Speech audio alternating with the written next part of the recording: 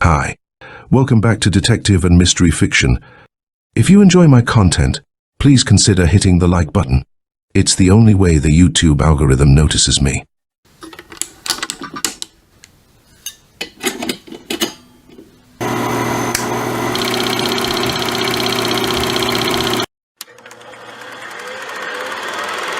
Hear not, see not, speak not evil. By Walter Deffenbaugh. The Black Mask, December 1921. Chapter 1. The opaque light through the drawn shade of the library window alone marked the location of the big house, surrounded by flower-dotted lawns. Half a mile away twinkled the few midnight lamps of the village. An occasional belated motor car flashed like a meteor through the night. A flash and a rumble from over the hill marked the passing of a trolley car on its way to the city. It was a particularly lonesome spot, but this did not seem to bother Dr. Darius Y. Porter, wealthy and famous specialist in diseases of the eye, ear and throat.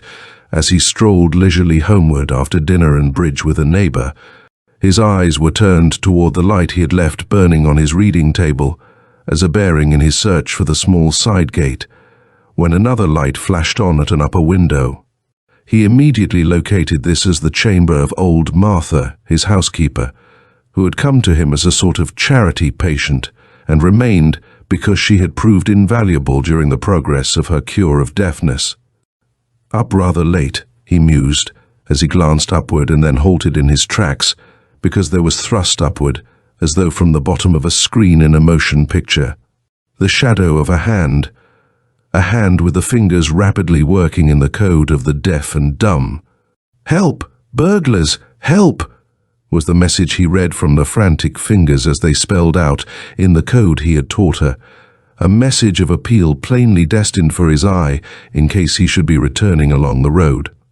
Fumbling hurriedly along the high hedge, he found his gate and was unlatching it when, to his amazement, shadows appeared upon the curtain of the library window, and these too showed fingers working in the silent code, fingers attached to rather dim figures of two, or perhaps three men, figures that waved back and forth, and fingers upon arms which seemed to gesticulate as though to emphasize a soundless argument.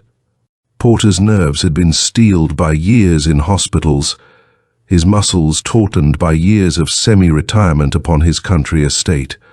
His gate was flung open as he looked, and he bounded up the gravel path to the side veranda of his home to confront these intruders with his bare hands. His surprise attack was thwarted by the darkness. Running by instinct, he fell sprawling over a chair old Martha had been using for an after-dinner reverie beneath the vines that covered the porch, and chair and physician fell together in a resounding crash. He was up in a second and had his key in the lock of the side door, but already he could hear voices inside and the sound of hurried retreat. "Quick, beat it!" shouted one voice. "Help me, Dan, damn you!" whined another. "Let go my coat, you!" he heard one say amid the noise of running feet and overturned furniture, while old Martha screamed lustily from her now opened window. Abandoning this attack, Porter leaped from the veranda and ran to the front of the house. He was beginning to believe he could make out something moving against a skyline formed by a rise of ground, something that looked like two running men, one almost dragging the other, when he bumped full tilt into what was undoubtedly a man, huddled in a clump of rose bushes. With his back toward him and facing the main entrance to the grounds, the impact knocked the doctor from his feet, and before he could recover, the man was running across the lawn. As Porter staggered up, a shot fanned the hair along the side of his head, and philosophically, he turned back into his open front door with his thoughts about equally divided between the screams of his housekeeper and the safety of a pearl necklace in his safe, a treasure of which he was trustee, a wedding gift for his daughter from her dead mother, when the time should come. A shouted word up the stairs quieted the screams, but many unprofessional oaths failed to alter the scene as he looked into his library, where the door of the safe stood open, with its contents scattered about on the floor. The case in which his wife's necklace had rested undisturbed for 10 years was upside down on the library table. Empty, a quick glance showed. But something crunched under his foot as he moved, and sweat that the thieves had not started broke out on his forehead as he turned on more lights and retrieved the fragments of a pearl. Standing in his tracks, then cautiously kneeling and creeping, he searched with eyes and fingers until he had found 11 more, waving back and silencing the moaning old woman who wavered in the doorway. 12, that accounted for 12 out of 36. They had got 24 of them then, the scoundrels, he decided. Well, he should have them back. Have them if it took all his time and his life besides. He was something of a sentimentalist, this doctor, for all his calm exterior. A sentimentalist with a touch of the masterful and stubborn. With a sigh, he arose to his feet, took up his telephone, and called the village police. He had not stopped to question Martha until then. As he thought, she knew nothing. She had been suddenly, vaguely disturbed. She had listened and heard sounds downstairs, voices that were those of strangers, then an oath and noise of a quarrel. Afraid to shout, she had recalled the code of her days of deafness and acted upon an impulse to try to signal her master in case he should be coming along the road. There was no help there. Neither was there in the weighty theories offered by the village police sergeant upon his tumultuous arrival at the scene a few minutes later. Dr. Porter was glad when they were all gone, and he was able to light his pipe and sink into his easy chair, with his feet resting carefully amid the scattered contents of his safe, which still littered the floor. Daylight, for which he had waited, came just about the time he was ready for it. He had said nothing to the village sergeant about the talking fingers, but he had spent the night thinking about them, and also about the crouching figure into whose heedless back he had crashed. He had reached 2 conclusions, born of his long observance of defective mankind. One of the men who had robbed him was dumb.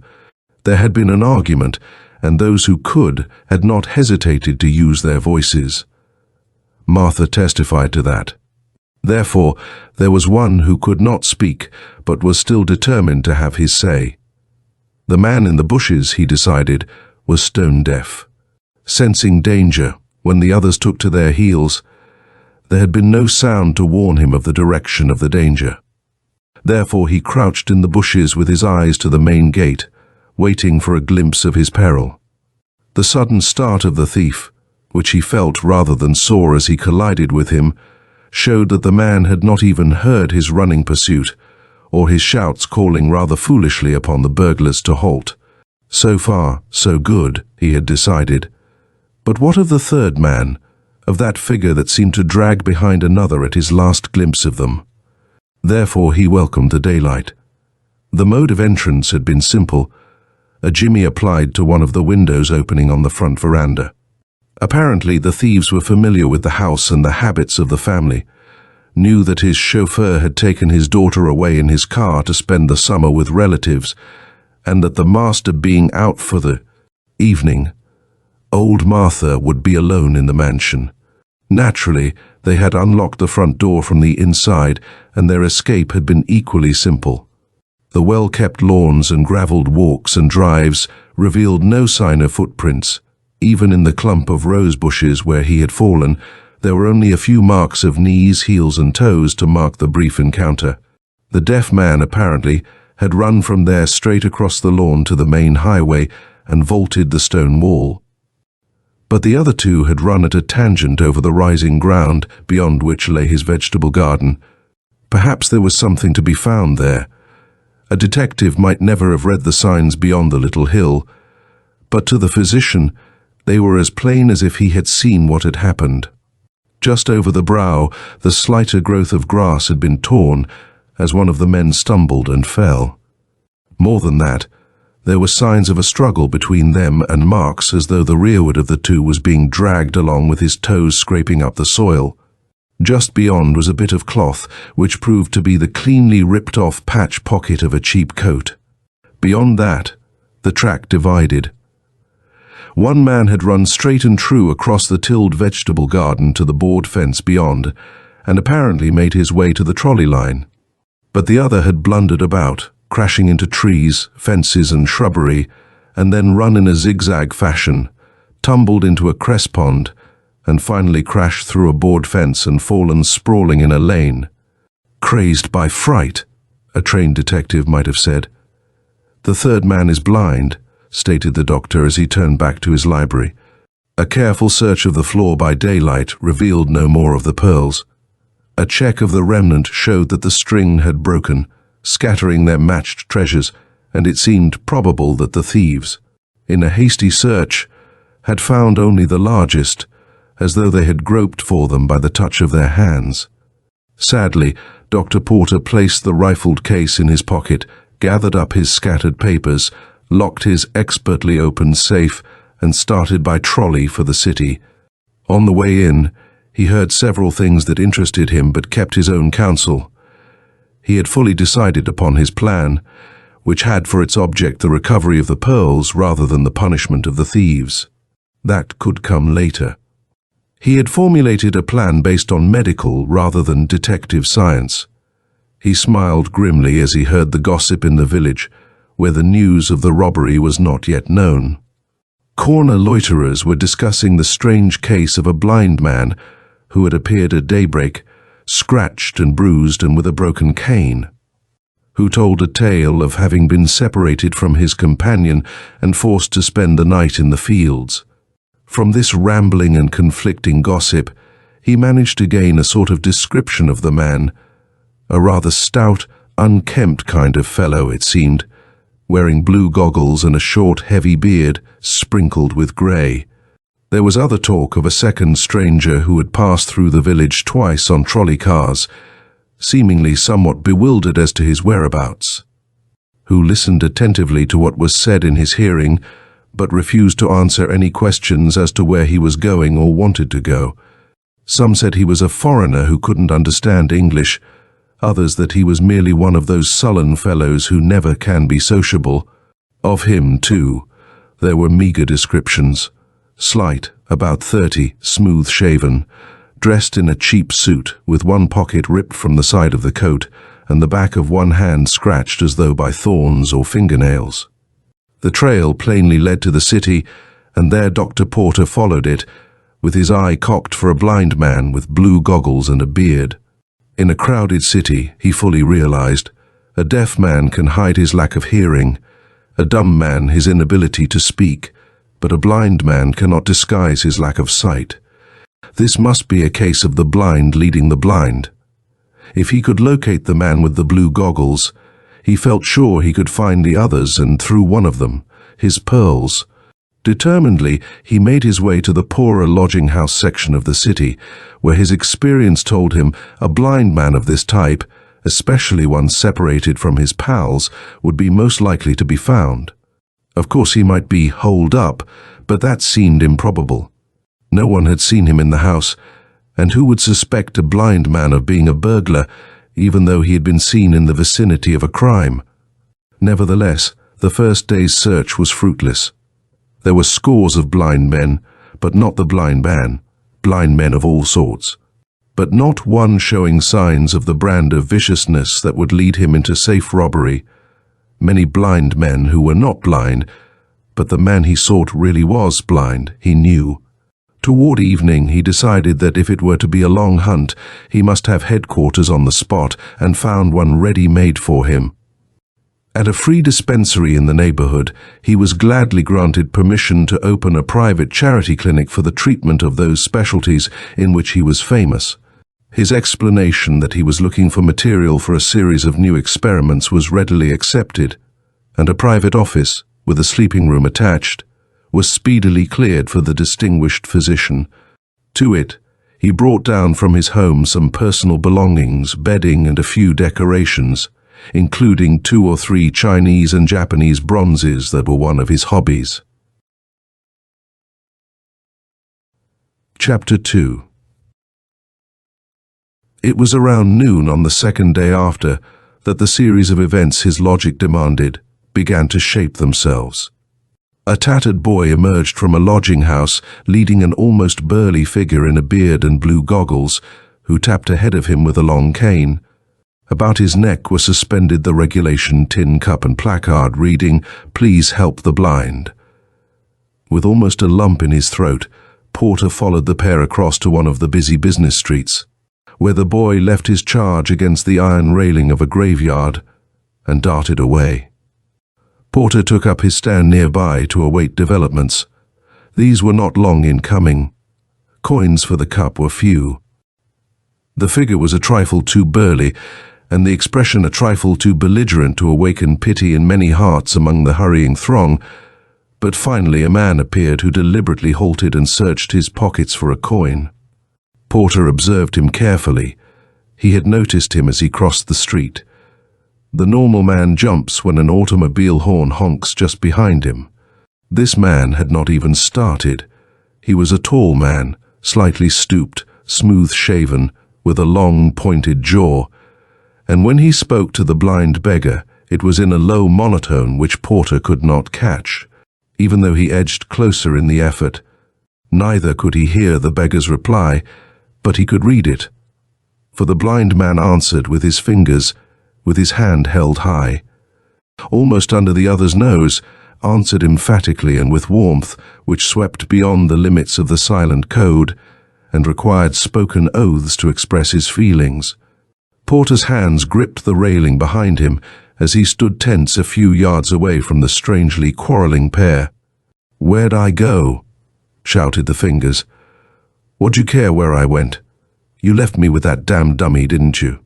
You left me with him so he could ditch me. Didn't have the heart to throw down an old pal like that yourself. Where'd you go? That's what I want to know. Where'd you go and where's my share of them pearls?" The deaf man apparently replied at some length, but without changing his tone or position. He stood as though interested in some charitable quest, but his explanation fell upon ears as deaf as his own. It was discarded with a gesture of angry scorn. "To hell with that tale," the fingers declaimed. "I may be blind, but I can hear and I can feel. Didn't I hear and feel you and Dummy picking them pearls up off the floor when the string broke just before the blow-off? What chance had I to find any? And you tried to tell me Dummy got 'em all. Tell that to any old con and see if he'll believe you. You crossed me, the pair of you, that's what you did, Daffy. I didn't expect much different from Dummy. He's a gay cat anyway, but you... Why didn't I forgive you when you put my lamps out getting funny with that soup? I forgave you that because you was a pal and because you lost your hearing at the same time. And now you cross a blind man. They kept it up for 2 or 3 minutes more, but there was too much at stake for Porter to risk observation by the alert deaf man, and he lost himself in the crowd until they should finish. Over his shoulder, he read the blind man's parting shot. "Don't forget it neither," the fingers spelled. "You have Dummy here tomorrow or I'll snitch on you ashore." The fingers were still working as the deaf man darted away unseen, and Porter turned in his tracks to follow. He knew where the blind man lived and did not need to worry about him. Blind men usually travel neither far nor fast.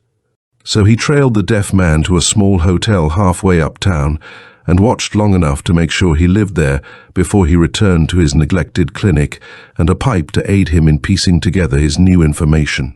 2 old crooks, eh? He ruminated when his work was done.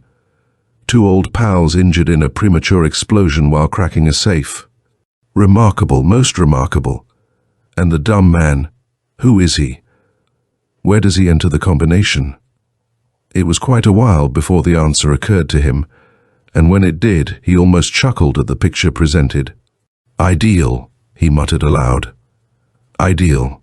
An ideal combination among men so vicious they cannot even trust each other. One man can't see, another can't hear, and the third can't speak. None of them is competent to act alone. The combination is ideal, but I wonder how the dumb man talks to the blind man."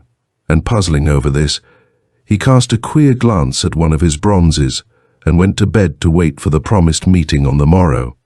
It was a long, dreary wait as he paced back and forth about the blind man's post, first on one side of the street and then on the other. Finally, he made out the tall form of the deaf crook crossing the street in the same careless fashion as before, to the evident distress of a slighter, shorter man, who tugged at his arm in efforts to transmit warnings of traffic peril. The watching physician had identified Dummy even before he was close enough to show that his right-hand coat pocket was missing. Deffy and Dummy halted before Goggles, and again the pretense of searching pockets for coins was gone through with. Apparently there was some brief word from the taller of the pair, because the blind man stiffened in anger and began to speak rapidly. Deffy lingered for a moment, and then, with an impatient toss of his head, stepped away from a conversation he could not hear and glared suspiciously at the pair from a position on the curb. It was dangerous for Porter to attempt to overhear what the blind man was saying. Anyway, he knew from the conversation of the day before just about what it would be, but curiosity held him for a minute's risk. He wanted to see how the dumb man would reply. The finger code would be useless before sightless eyes, and he was sure the man really could not speak. The passers-by undoubtedly noticed nothing unusual, but the expert in human disabilities saw it in a glance and scolded himself for having even puzzled over the method. It was no miracle, but most unusual, except among those long in intimate association. It was remarkable because these men were apparently comparative strangers. Dummy merely placed his hand over that of Goggles, who held it out for him, and pressed, tapped and squeezed in the code used by Miss Helen Keller and her mentor. The physician understood at once, but was amazed at what he saw. How could these two men become adept at this intricate system with only apparently a very short opportunity for practice? Undoubtedly, the usual method of communication among the trio was by words from the deaf man to either the blind or the dumb, by words from the blind man to the dumb man, and by fingers from the blind man to the deaf man, by fingers from the dumb man to the deaf man, and through him to the blind man by words. Their whole association seemed built up on the necessity of the three being together when they conferred with any ease, and hence he wondered at this apparent proficiency in an unusual code. At length, while he waited at a safe distance for the conversation to end, he recalled something in his experience which solved the problem. These men were undoubtedly all ex-convicts. Among the long-term men in some prisons, he remembered, this very system had been developed among some of the most desperate as a means of secret communication where speech was forbidden, and the finger code would have been instantly detected. Along the eating tables, in the workshops, or in the marching lines of prisoners, a hand could grasp a hand and a brief message be exchanged among the initiated. He had heard vaguely that outside there was a regular school where the system was taught to those who feared that someday they might have need for it, either to send or receive a message. He understood. It was a dangerous place for a lengthy conversation between two men such as these, even under the best of circumstances, but the anger in the hearts of these two made it doubly dangerous. The deaf man watched uneasily and hovered near with one eye on his quarreling companions and the other searching the crowd for detectives. Porter saw the dumb man throw the other's hand from him with a violent gesture, and as the blind man raised his cane to strike, the deaf man darted forward, caught Dummy by the arm, and whirled him away into the crowd with a low-voiced curse at the man in Goggles. Porter followed the pair and made sure of locating the lair of the third of his despoilers. It was in a hotel of shabby appearance and unsavory reputation far uptown that the dumb man lived. A few hours of cautious inquiries and guarded listening served to reveal something of his character. Dummy, he found, was also a professional beggar, at times at least. He was one of those furtive individuals who seeks alms with printed cards or with pad and pencil. Usually he pretended to be deaf as well as dumb, but his hearing was most acute when his own character was under discussion, and his vengeful, vicious nature showed itself strongly, especially when he was in his cups, which was as often as possible. At such times he turned upon gossipers with strange guttural noises and cries, which showed that he had well-developed vocal cords, even if they were out of control. Dr. Porter had found his pearl thieves, but that was not the object of his quest. He wanted his pearls. His next step had already been mapped out. The rape of his wife's necklace had hurt him far more than the threatened monetary loss. He could buy other pearls without reckoning the cost, but money would not replace these particular pearls. The mere turning over of these men to the police and seeing them sent to prison would not satisfy him. Therefore, he did not seek the police and trust to arrests and third-degree methods. Instead, he called a taxi and drove to the office of young Dr. Henry B. Robertson, who had been one of his assistants until he had hung out his own shingle a few months before and was still his devoted slave.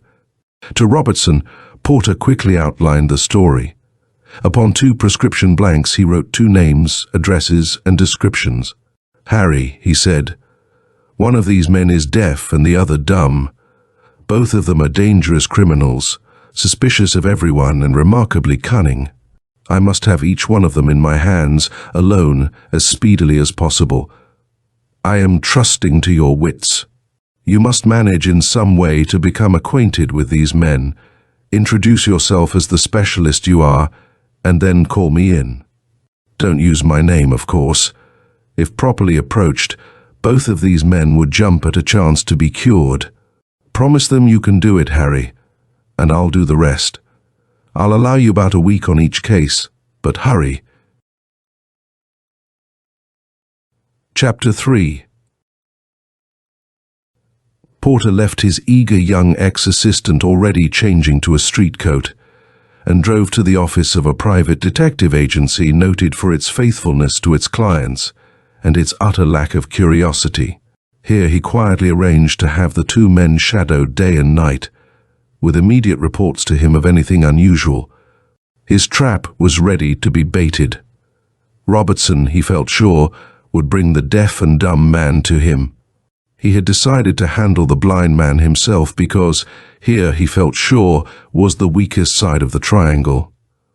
The blind man, more helpless than either of the others, was burning with desire to avenge what he believed to have been a deliberate attempt to abandon him and cheat him out of the proceeds of the joint enterprise. It was best, he decided, in this case to strike quickly and directly, but he did not go again to the station by the graveyard railing. Instead, he loitered in the vicinity of the lodging house until, after the evening crowds had deserted the streets, the tattered boy appeared with his charge in tow, leading homeward a bitter, cursing blind man. "Excuse me," said Dr. Porter, resisting a temptation to seize the man by the throat and choke a confession out of him, "but I am a physician. I am making a study of blindness.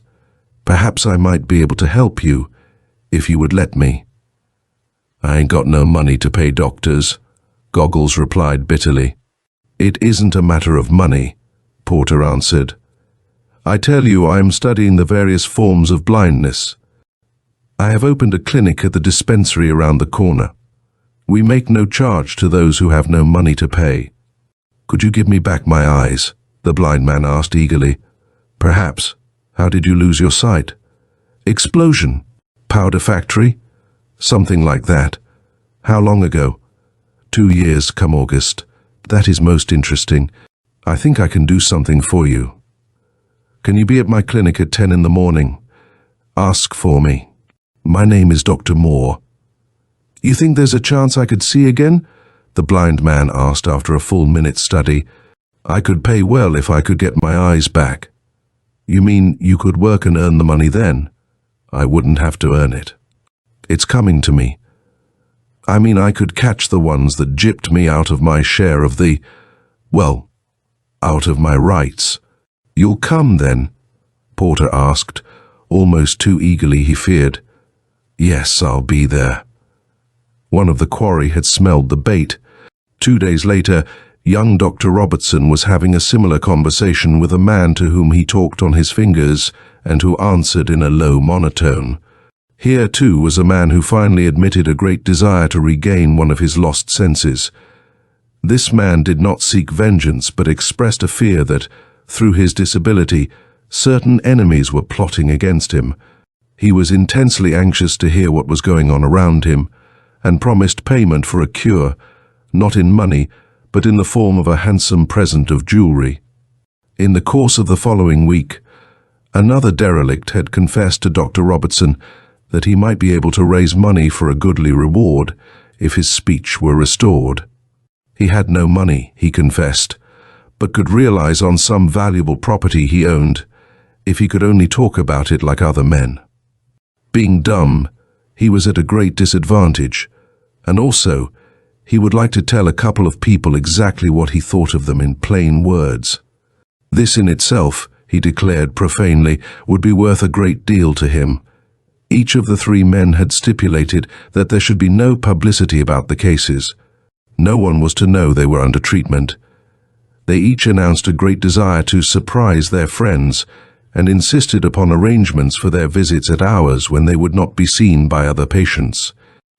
To these stipulations, doctors, Robertson and Porter finally agreed as a special concession, although Dr. Porter knocked what little professional dignity Dr. Robertson had been able to acquire completely out of him as he slapped him on the back in token of great and complete satisfaction. Chapter 4. On each of the three cases, Dr. Moore worked patiently and painstakingly. He soon lost all fear of detection as the man whose house had been robbed. If the three crooks remembered the name of their victim, it was apparently only as some doctor, and there were thousands of doctors. All of his expert training in his profession he applied to the work of really restoring these three men to the full use of their faculties, and all of the skill in reading human character. Gleaned from his long years of practice, he devoted to extracting and piecing together their secrets. He worked as physician and psychologist combined. Both processes were tedious, but combined required only a couple of weeks altogether after the men had fully surrendered their confidence to him and his energetic young assistant, who, in the casual conversational manner of the competent physician, did most of the real questioning. That they learned anything like all of the truth, neither of them believed for a moment. That all they did learn was true was another premise they rejected. But trying and testing each statement gleaned, comparing and matching it to others to see if it fitted, and putting the whole jigsaw puzzle together. They felt that they had at least the framework of a section of the lives of these three crooks and the clue to their strange association. As Dr. Porter had originally deduced, the three were ex-convicts. Deffy and Goggles had been friends for years and went to Sing Sing for the same burglary. At that time, both men were in full possession of their senses. They had become acquainted with Dummy, sentenced for some petty crime while in prison, attracted to him by his infirmity, which lent a sort of morbid diversion to a drab existence. Through this association, they perfected their knowledge of the silent codes of which they already had a smattering, and formed a friendship with a promise of an offensive and defensive alliance when they should be again. Outside, the release of Goggles and Deffy came first, and they at once set about making up for lost time, forgetting their silent pal, victim of an attack of scarlet fever after the manner of their kind. Goggles was a wonder with safes. He could open almost any of them, it seems, by merely listening to the click of the tumblers as he turned the knob of the combination. Deffy was supposed to be the soup expert, the man who used a drill and a bottle of nitroglycerine upon such boxes as resisted the skill of his companion. They had a most prosperous time of it for a month or two, baffling the police, obtaining their fill of adventure and lining their pockets, all three satisfactions at one time. Dummy was released about this time and speedily hunted up his old friends. He was broke, morose, desperate, and vengeful. They did not like him as a pal half as much as they thought they would back there in the big lonely prison. Perhaps it was because Dummy did not measure up to real Yeg standards. But the dumb man had declared himself in on 2 or 3 of their jobs, and thereafter it was sort of a game of hide and seek. They dodged him whenever they could and accepted him as a partner when they couldn't help it. One night, when Deffy and Goggles were working alone, something had happened. The safe had resisted the skill of the silent worker, and the drill and the soup had been called upon to finish the job. Just what happened, neither of them knew, but there had been a roar and a blinding flash, and a deaf man had dragged a blind man from a wrecked office to safety. The pearl robbery had been of a later era, of a time after the two men had recovered as much as they could from the effects of the explosion, broken by their disaster physically and financially. To them, in this condition, the dumb man had really seemed a link with the world. To one he provided ears, to the other he gave eyes. He would help a lot, they thought at first, but the days of big jobs seemed to be over. Dummy was still a petty thief at heart, and for a time the two real crooks had no stomach for daring adventure. In the course of their picayunish pilfering, they also learned that Dummy was not a man to be trusted. Deffy had seen him cheat the blind man, and without knowing the reason, Goggles had heard the deaf man give information which sent Dummy to the workhouse for a brief bit. That was the beginning of the disruption of what little mutual honor had ever existed among these three thieves. Thereafter, the combination conceived as a protection against society contracted into a closer and sullen trinity for protection against each other. There were holes in the piecemeal story about this period, times when each of the men was strangely silent and grim about what had occurred. Something had happened. What it was, neither of the physicians could find out, though they worked as skillfully with their wits as with their scalpels. The attack upon Dr. Porter's safe was commonplace enough, save for the personalities of the burglars themselves, when the facts were known.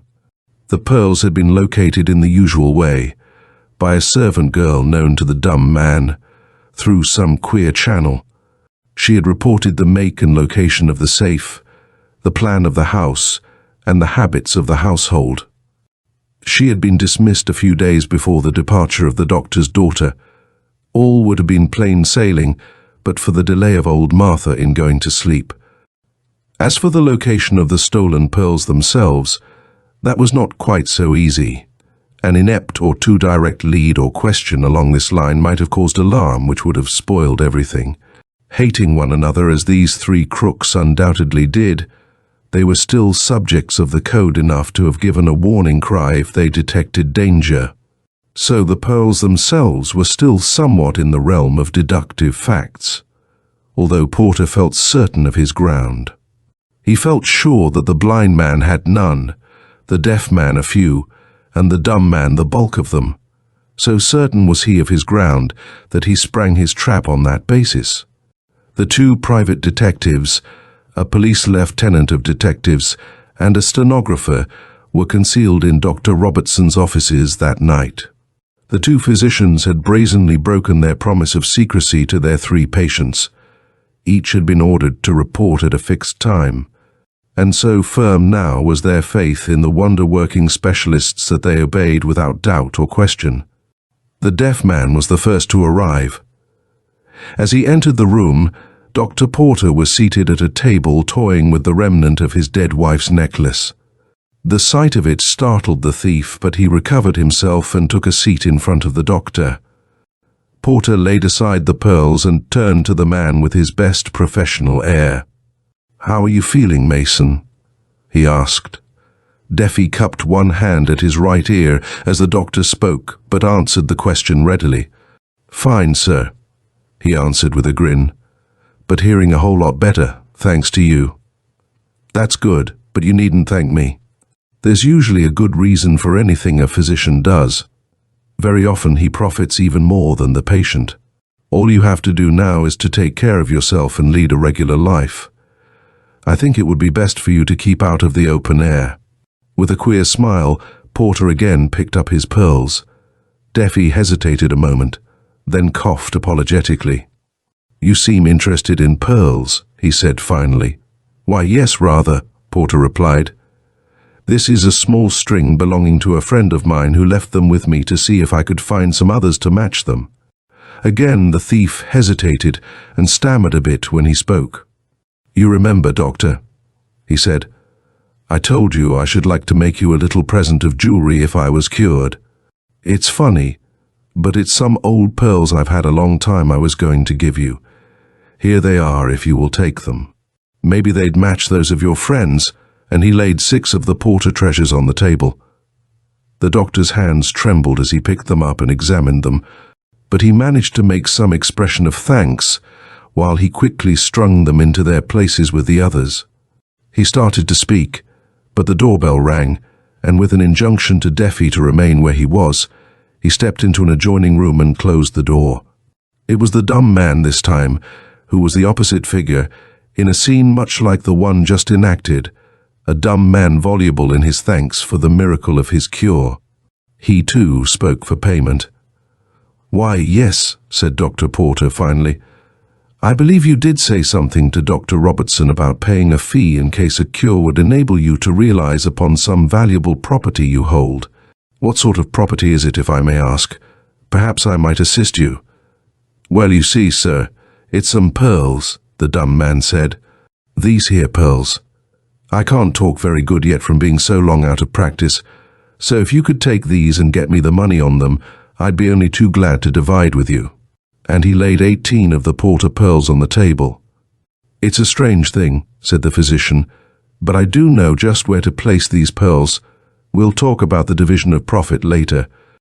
Before the amazed eyes of the thief, he drew the growing necklace from his pocket and began to replace the missing half of it.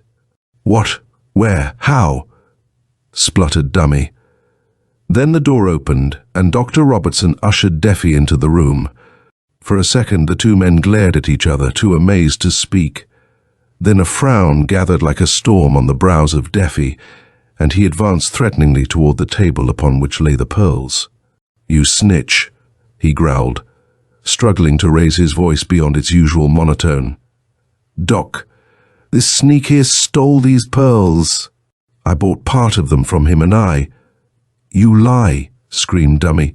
"You stole them yourself out at that doctor's house." "Don't you believe him, Doc?" growled Deffy, and then the two fell back in amazement, silenced by the discovery that one was talking and the other hearing what was said. The door opened again. This time the young physician led into the room a bulky man with a beard and bandaged eyes, at whom the other two stared, not so much in surprise as in threatening understanding. Between the two, the once deaf and the once dumb, there passed a look which offered and accepted a new defensive alliance of 2 against 1. "Mr. Clark," said Dr. Porter, "there seems to be a difference of opinion here. Do you know these 2 gentlemen?" At the question, Goggles lifted the bandage from his eyes, blinked a little at the light, then opened his mouth in consternation at the 2 men he saw glowering at him. Before he could speak, his newfound eyes caught the pearls the physician was still stringing. "Know them!" he shouted. "Yes, I know the crooks, the double thieves. They stole these pearls, and then they stole them from me, stole the share of a poor, helpless, blind man. But I can see now, and I'll see you in prison again." Dummy whipped out a knife and sprang for Goggles, but before he could reach him, curtains parted, and he was seized by the police lieutenant, while the room seemed to fill with men. "The game's up," growled Deffy, "but he's in it too. He opened Doc Porter's safe himself." "So you'd snitch on an old pal as well as rob him, would you?" cried Goggles. "And you, Dummy, you little rat that I tried to be a friend to.